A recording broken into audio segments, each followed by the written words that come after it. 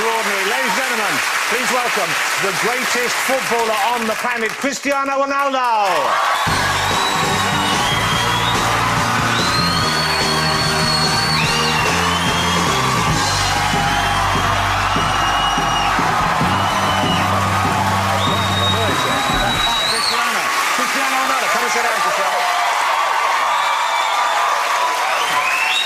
This side, right? Yeah, just over there, just over there. Well.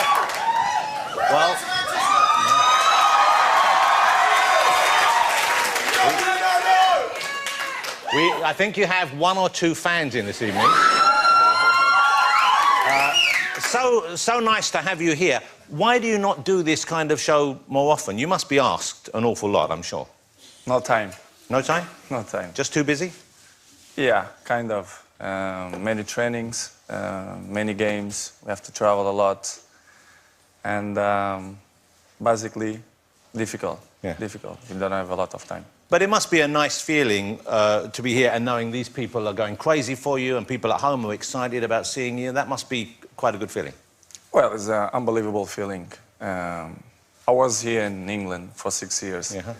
And I respect English people a lot because they are very polite and they respect... Serious. That felt like a warning. No, but it's true. The timing that I spent here, the people treat me unbelievable. I'm never going to forget that. So this is why I say, and I'm going to repeat, English people, they are polite for me because they respect. Yeah. That's nice to hear. And I think we're proud of that as well. We are proud of it in country. So let's talk about the Ballon d'Or. The Ballon d'Or is FIFA's kind of idea of who is the best overall footballer this last year. Yeah. You have won it 3 times. Lionel Messi has won it 4 times. So you hold that at the moment. And we're coming up in January, I think. They will announce who has it for January, yeah. And obviously you would like it to be you. We'll be in. You know what? If I had have known Sepp Blatter was coming, I would have keep him out. So, what are your estimation of how it might go, and what are your feelings about the result either way? To be honest, I think you're going to win. Messi going to win this year. Yeah, but you know, it's FIFA. You're just... You know what I'm saying? How do you get on with Lionel Messi now? I heard you say that you're a little bit closer, you're a bit more relaxed together. You used to see him just as a rival, now you see him more as a human being. I don't have rivals, I don't have.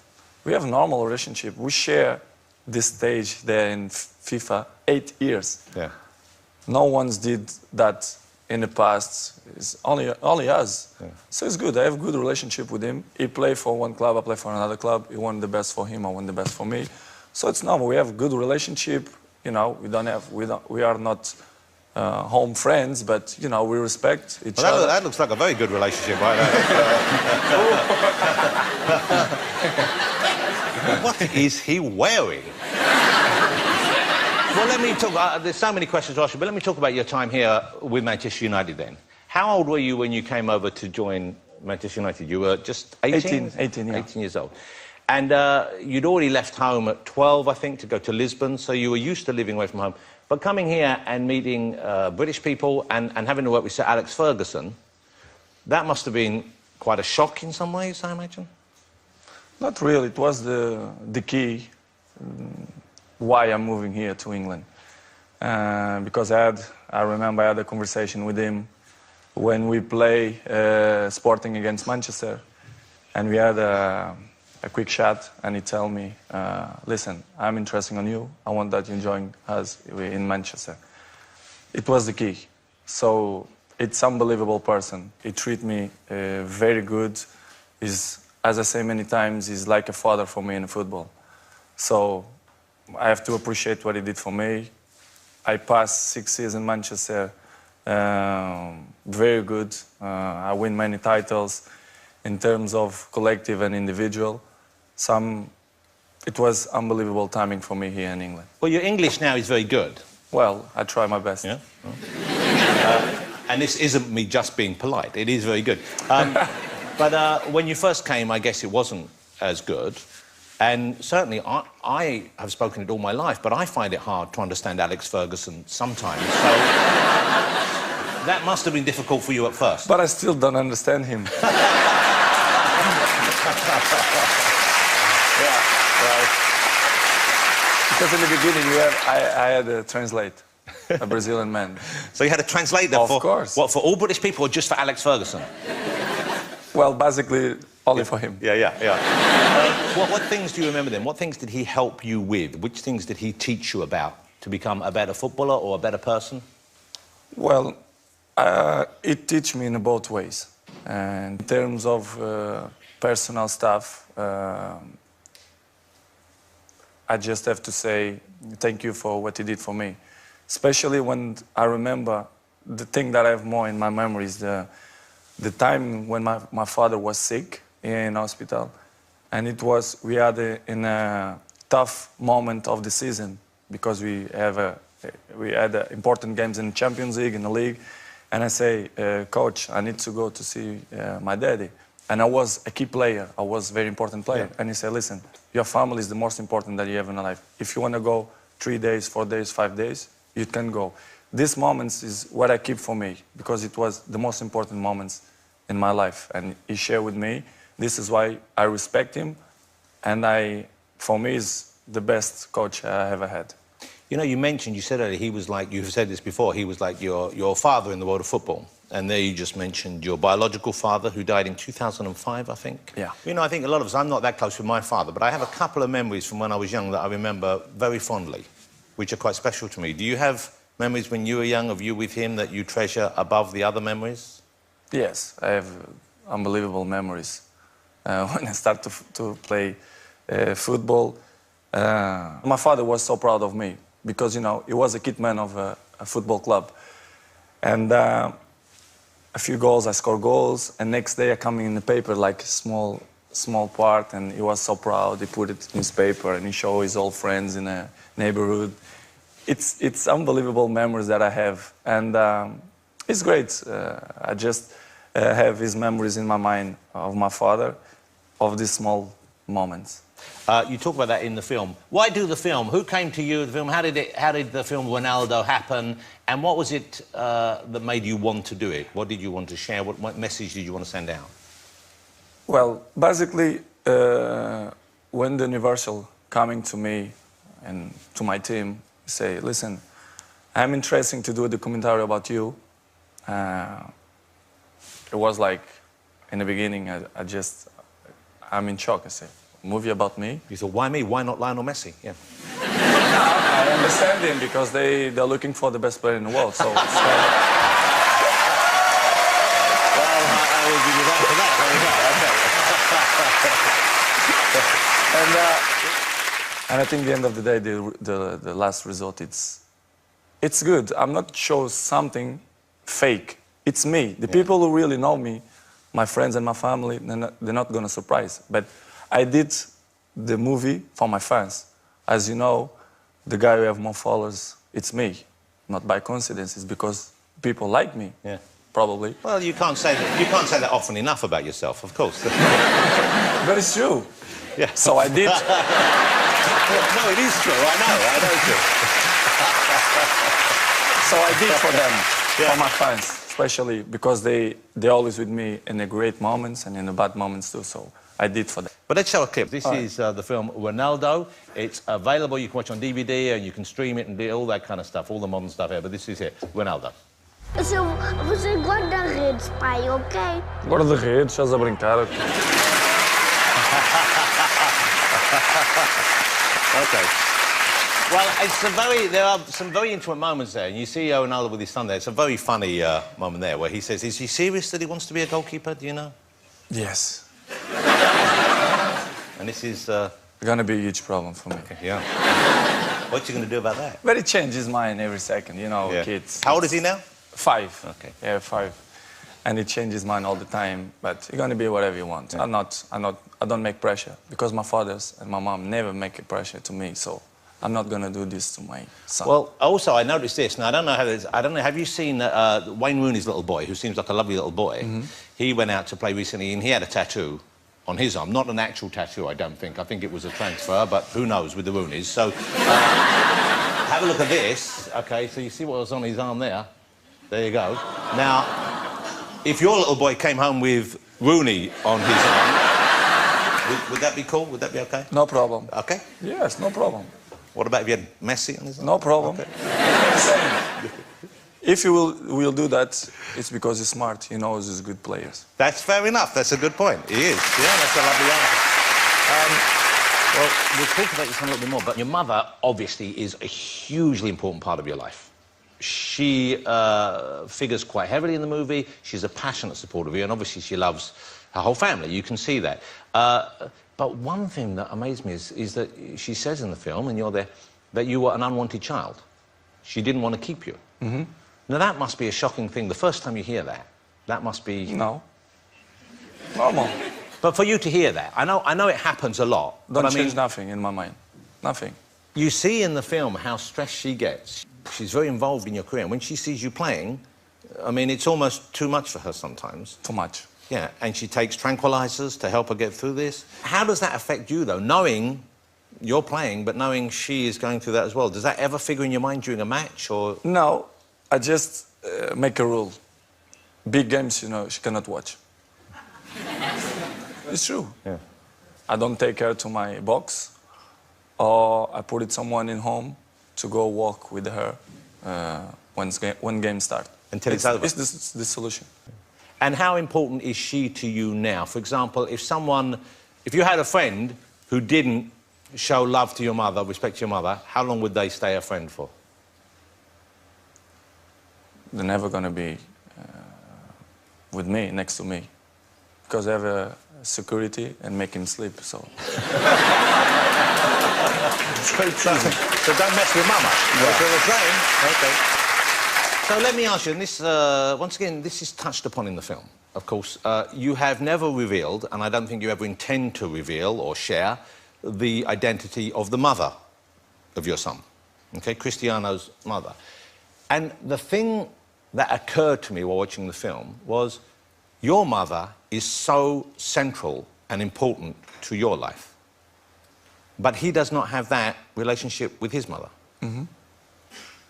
Surely that must concern you. For me, it's not a problem.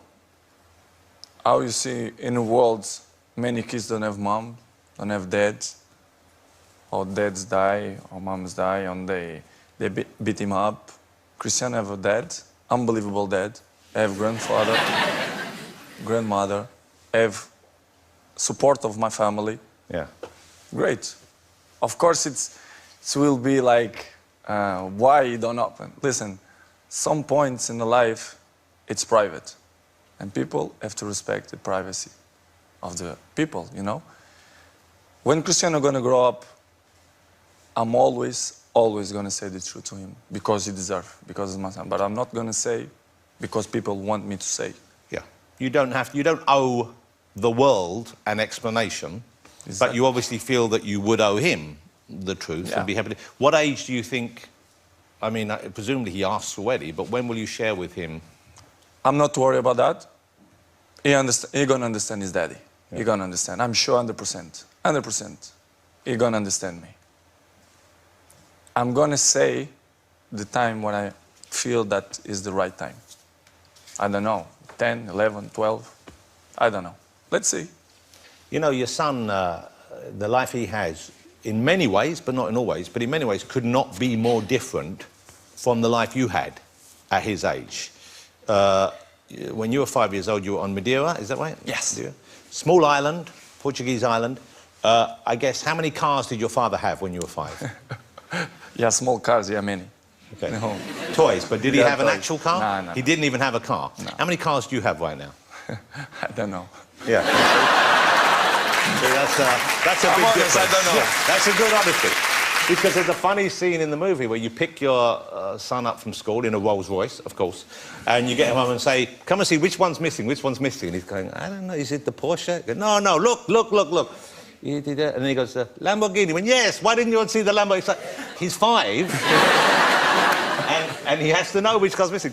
So My question is, do you ever worry about that? Do you ever worry about what your life will give him growing up that you didn't have? Because obviously, although you had, from the outside for many people, you had a tough life and you didn't have those comforts, but he has maybe too many. He has maybe too much available. How do you approach that? It's not easy. Not going to be easy. But for me, in my mind, the way I'm thinking, it's all about education. If you will give good education, it will be strong. You will know and you will not appreciate the things. I cannot avoid to show him a good car, a good houses, a good quality of life. You cannot avoid, you know. Yeah, because you have that, of exactly, course, and you have earned exactly. that, yeah. I cannot avoid. What I have to do it? If you will be in my shoes, what you're going to do? It's all about education. You have to give good education and to pass to him, listen, to win this, daddy, work hard, you know, to have this house, to have this car. I cannot do anything more.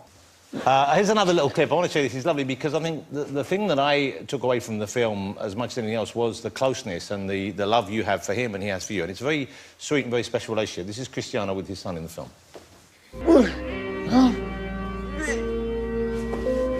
Já tá. Sai. Olha, ficou um empate o jogo. Ganhaste tu e ganhei eu. Fazemos o resto à tarde, tá bem? Dá um abraço, minha querida Ana. Dá um abraço. That's really lovely. You know,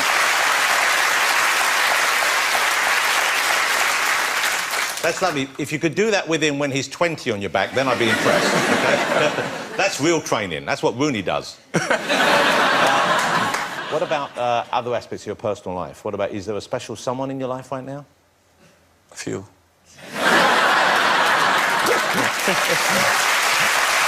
Honesty. Okay. And of the few specials... I have to figure it out. Yeah, which is that, and you'll figure it out, OK, do they know they're competing? Some ones know, yeah. OK. You must be exhausted. But do you have is it hard meeting people? Obviously, may I say this, you're a very beautiful man. Well...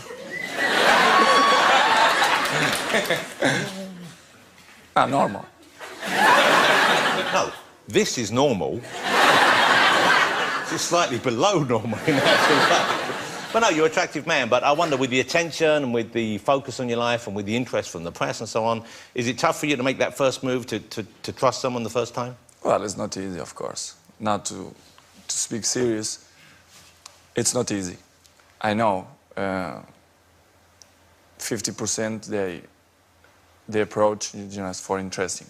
It's normal, not just me, but all the people who are famous, they have this kind of problems. But in another way, I think I'm a confidence guy. I'm told, I have all teeth, so I have a nice body. Yeah. So I think sometimes the other 50%, it's because, you know... Because they like you? Yes, I think so. You're a good-looking piece of meat. Yeah. Okay, that's right. There, look at that. Not bad, eh?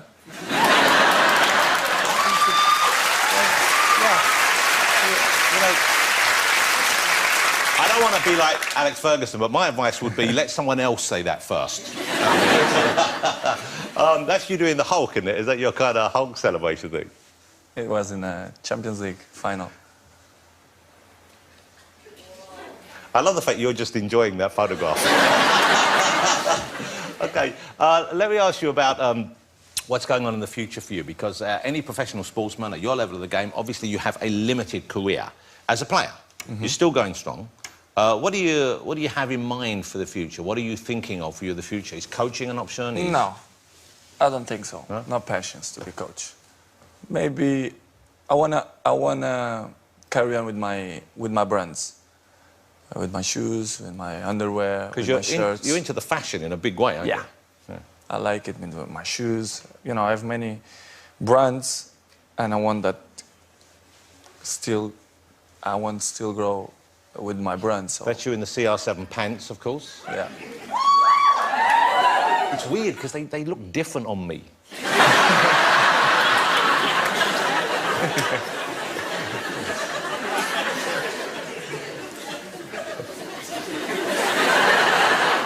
I mean, could you maybe just do one of the slightly more elasticated waistbands? Who do you like watching from the world of football? What about English footballers? Who do you enjoy watching play in the British teams right now? Well, I'm a huge supporter of Manchester United. Yes. Would you ever come back to Manchester United?